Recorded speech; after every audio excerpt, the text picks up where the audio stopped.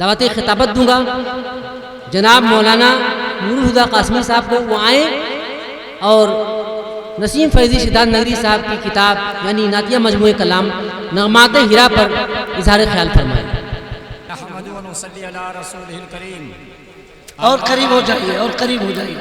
فاعوذ باللہ من الشیطان الرجیم، بسم اللہ الرحمن الرحیم۔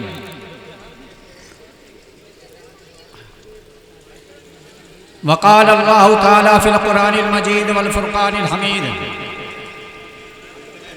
لا ترفعوا اصواتکم فوق صوت النبی ولا تجہروا له بالقول کجہر بعضکم لبعض ان تحبط اعمالکم وانتم لا تشعرون۔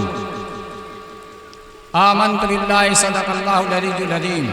محترم حضرات، جیسا کہ آپ تمام حضرات کو معلوم ہے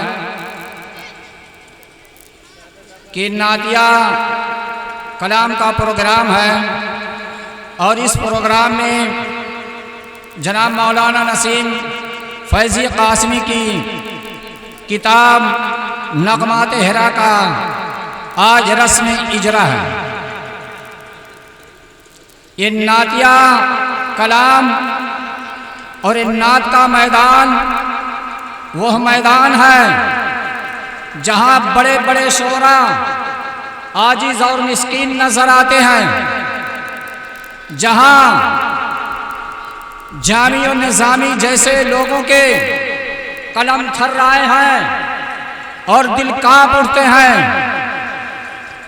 اس لیے کہ ادب کا ہست زیر آسماں از عرش نازک تر، بے شک اے شور مت کیجیے۔ ادب کا ہست زیر آسماں از عرش نازک تر، نفس گم کردمی آید جنید و بایزیدی جان۔ بہت خوب، بہت خوب۔ بے شک میرے دوستو، اسی کو اللہ تبارک و تعالیٰ نے اپنے کلام پاک کے 26ویں پارے میں سورہ حجرات کے دوسری آیت میں اللہ تبارک و تعالیٰ نے فرمایا ہے، یہ نعتیہ کلام اور یہ نعت کا میدان ایسا نازک میدان ہے جس میں سرکار دو عالم صلی اللہ علیہ وسلم اور آپ کے صحابہ کے متعلق اللہ تبارک و تعالیٰ نے فرمایا ہے کہ لا ترفعوا اصواتکم فوق صوت النبی،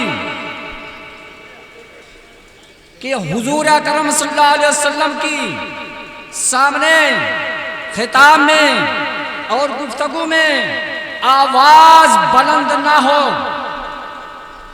کہیں ایسا نہ ہو کہ جیسے تم لوگ آپس میں ایک دوسرے سے گفتگو کے دوران انداز اور طرز اختیار کرتے ہو۔ اگر ایسا انداز اور طرز سرکار دو عالم صلی اللہ علیہ وسلم کے سامنے اختیار کیا تو قرآن میں فرمایا کہ ان تحبط اعمالکم وانتم لا تشعرون، کہ ایسا نہ ہو کہ تمہارے اعمال برباد ہو جائیں اور تم کو احساس تک۔ یہ نعتیہ کلام قاضی ابو بکر، اس کی تفسیر میں قاضی ابو بکر ابن عربی رحمۃ اللہ علیہ نے لکھا ہے کہ جس طرح سرکار دو عالم صلی اللہ علیہ وسلم کی حیات مبارکہ میں تعظیم اور ادب واجب ہے، اسی طرح آپ صلی اللہ علیہ وسلم کی وفات کے بعد بھی آپ کے لیے تعظیم اور ادب ضروری ہے۔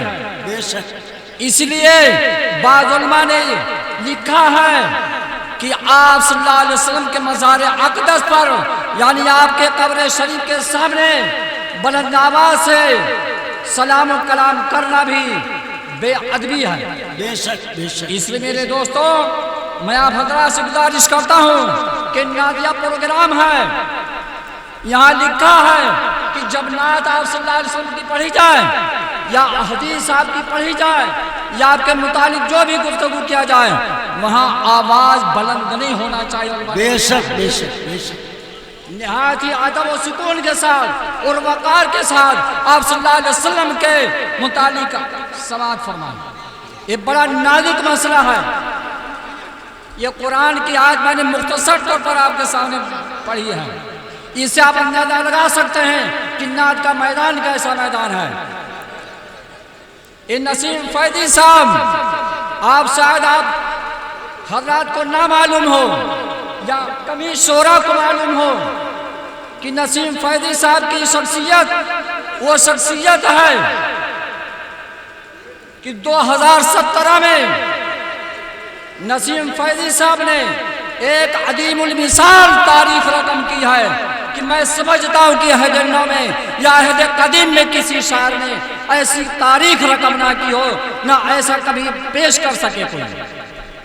مولانا نسیم فیضی قاسمی صاحب نے 2017 میں رمضان المبارک کے مقدس مہینے میں ایک مہینے کے اندر 72 نعتیہ کلام تحریر فرمایا۔ ماشاءاللہ، یہ عشق رسول صلی اللہ علیہ وسلم سے والہانہ عقیدت، محبت اور جذبات ہی کا یہ اثر ہے۔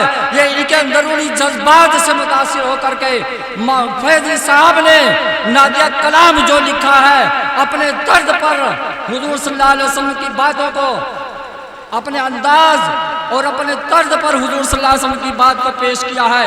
یہ ان کی والہانہ عشق و محبت ہے، یہ عورت نہیں بلکہ آمد کے زمرے میں آتا ہے۔ بے شک بے شک یہ اندرونی جذبات ہے۔ ان نعت کا میدان میرے دوستوں، نسیم فیضی صاحب کے متعلق میں زیادہ کیا عرض کروں۔ ان کی نغمات ہرا آپ سب کے سامنے رسمی اجرا ہوگی، اور آج نسیم فیضی صاحب کی شخصیت محتاج تعارف نہیں ہے کہ ان کے متعلق آپ حضرات کے سامنے تعارف کرا جائے۔ یہ شخصیت میں نے کہا محتاج تعارف نہیں ہے، بس اتنا ہی کہہ دینا کافی ہے۔